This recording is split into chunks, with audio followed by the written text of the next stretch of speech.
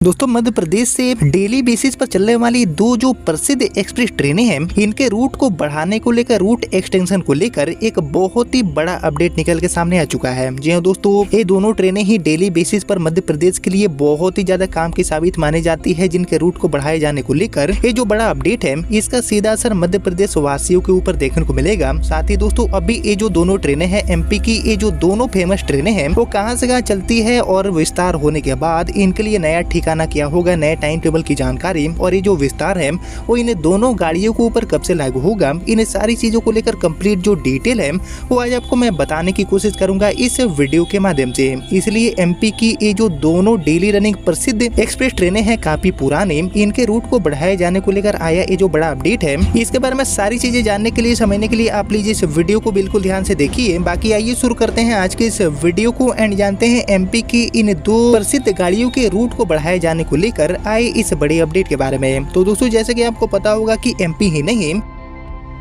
देश के अभी बहुत सारे ऐसे राज्य हैं जिनमें गाड़ियों के मार्ग को बढ़ाए जाने का जो काम है वो कहीं न कहीं रेलवे कर रही है, और ज्यादातर केसेस में रूट बढ़ाए जाने का जो कारण है वो यात्रियों की जो मांग है उसको कहीं न कहीं देखा जाता है। मांग को कंसीडर करते हुए गाड़ियों के जो रूट्स हैं इनको रेलवे बढ़ा देती है। और यहाँ पर बात करेंगे एमपी की, तो एमपी से भी बहुत सारी ऐसी पॉपुलर ट्रेनें हैं जिनके कारण एमपी वासियों की यात्राएं डेली बेसिस पर आसान होती है। काफी पुरानी गाड़ियां एमपी से संचालित की जाती है रेलवे की तरफ से, और इन्हीं एमपी से चलने वाली दो जो इम्पोर्टेंट डेली रनिंग एक्सप्रेस गाड़ियां हैं, इनके रूट को बढ़ाए जाने को लेकर ये जो बड़ा अपडेट है वो कहीं न कहीं निकल के सामने आ चुका है, जिसका जो सीधा असर है वो कहीं न कहीं एमपी वासियों को ऊपर देखने को मिलेगा। तो आइए दोस्तों हम सबसे पहले जानते हैं कि आखिर एमपी की कौन है दो ट्रेनें जिनके रूट को बढ़ाए जाने को लेकर ये जो बड़ा अपडेट है वो यहाँ पर निकल के सामने आ चुका है। तो एक्चुअली दोस्तों बात करूँ इन दो गाड़ियों की, तो इसमें से हमारी जो सबसे पहली गाड़ी है इसका संचालन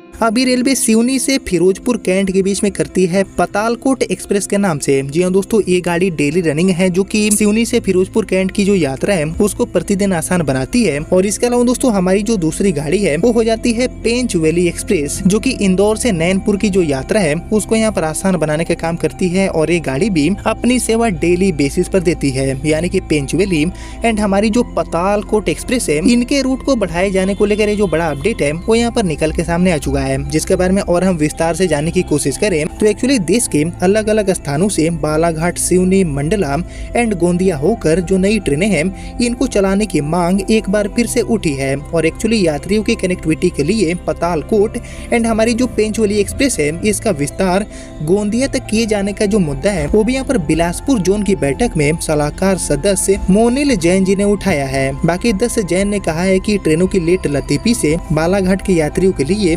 गोंदिया की जो कनेक्टिविटी है वो ट्रेनों के टाइम टेबल में आधा से 1 घंटे का अंतर रखा जाए। बाकी बालाघाट से इतवारी पैसेंजर का जो समय है वो भी परिवर्तन किया जाए, ये भी मांग किया गया है। और एक्चुअली दक्षिण पूर्व मध्य रेलवे के नागपुर मंडल से संचालित एकमात्र ट्रेन जनशताब्दी है, जबकि मंडल में 2 पिट लाइन है और 1 प्रस्तावित भी की गई है। और इसीलिए यहाँ से नवीन ट्रेनों का जो संचालन है, यानी कि जो नई ट्रेनों का संचालन है वो भी यहाँ पर शुरू किया जाए, प्रारंभ किया जाए, ये भी मांग किया गया है। इसके अलावा रायपुर जबलपुर मुखमाटी एक्सप्रेस के बाद रायपुर गोंदिया बालाघाट, नैनपुर जबलपुर, इटारसी भोपाल, इंदौर मऊ एंड बिलासपुर रायपुर गोंदिया बालाघाट, नैनपुर जबलपुर, सागर दिल्ली तक जो सीधी रेल सेवा है, इसके लिए अमृत भारत, इंटरसिटी, इसके अलावा जो इंटरकनेक्टेड ट्रेनें हैं इनकी भी शुरुआत किया जाए, ऐसी भी मांग यहाँ पर किया गया है। बाकी मंडला, नैनपुर, बालाघाट, कटंगी, तुमसर, इतवारी एक्सप्रेस ट्रेन चलाया जाए, ये भी यहाँ पर डिमांड किया गया है इस इम्पोर्टेंट बैठक में। बाकी जैन जी ने इस बैठक में जबलपुर रायपुर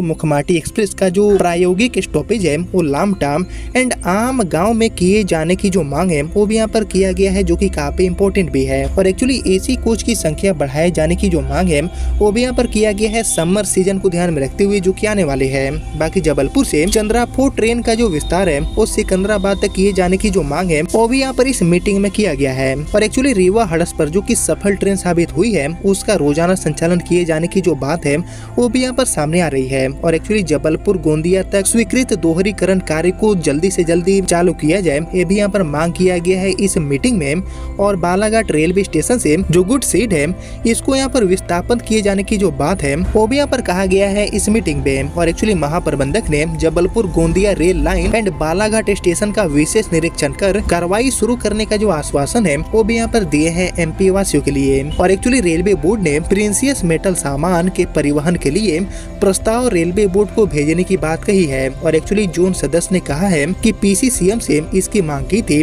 और ये जो सभी मांग है इनके मद्देनजर प्रस्ताव रेलवे बोर्ड को भेजने के लिए यहाँ पर सहमति मिल चुकी है। लेकिन दोस्तों ये जो सारे मांग किए गए हैं इस बैठक में, इसमें सबसे इम्पोर्टेंट है हमारी पतालकोट एंड पेंचुअली के रूट विस्तार को लेकर। जी हाँ दोस्तों, ये जो दोनों रोजाना चलने वाली गाड़ियां हैं एमपी के लिए, इनके रूट को बढ़ाए जाने को लेकर जो मांग किया गया है, इसके बारे में आप सभी क्या सोचते हैं? ये विस्तार होना चाहिए या फिर नहीं, ये आप सभी से मैं जरूर जानना चाहूंगा कॉमेंट सेक्शन में। बाकी देखते हैं कि जो बहुत सारे मांग किए गए हैं जिसमें इन 2 गाड़ियों का विस्तार भी शामिल है, इस पर रेलवे मंत्रालय कंसिडर करता है या फिर नहीं, जो प्रस्ताव भेजे जाते हैं इनको अप्रूवल मिलता है या फिर नहीं, ये सारी चीजें हमें आने वाले समय में देखने को मिलेगा। लेकिन फिलहाल पेंचुअली एंड पतालकोट के रूट को बढ़ाए जाने को लेकर ये जो पूरा विस्तारित मांग है उसको यहाँ पर किया गया है, जिस पर प्रस्ताव भेजने को लेकर भी सहमति मिल गया है। बाकी इसको लेकर आगे मेरे पास जो भी नए अपडेट मिलेंगे तो मैं आपको अपडेट करूंगा। लेकिन फिलहाल अब इस वीडियो को इतना ही रखते हैं, मिलते हैं आप सभी से अगले वीडियो में। तब तक के लिए जय हिंद, जय भारत।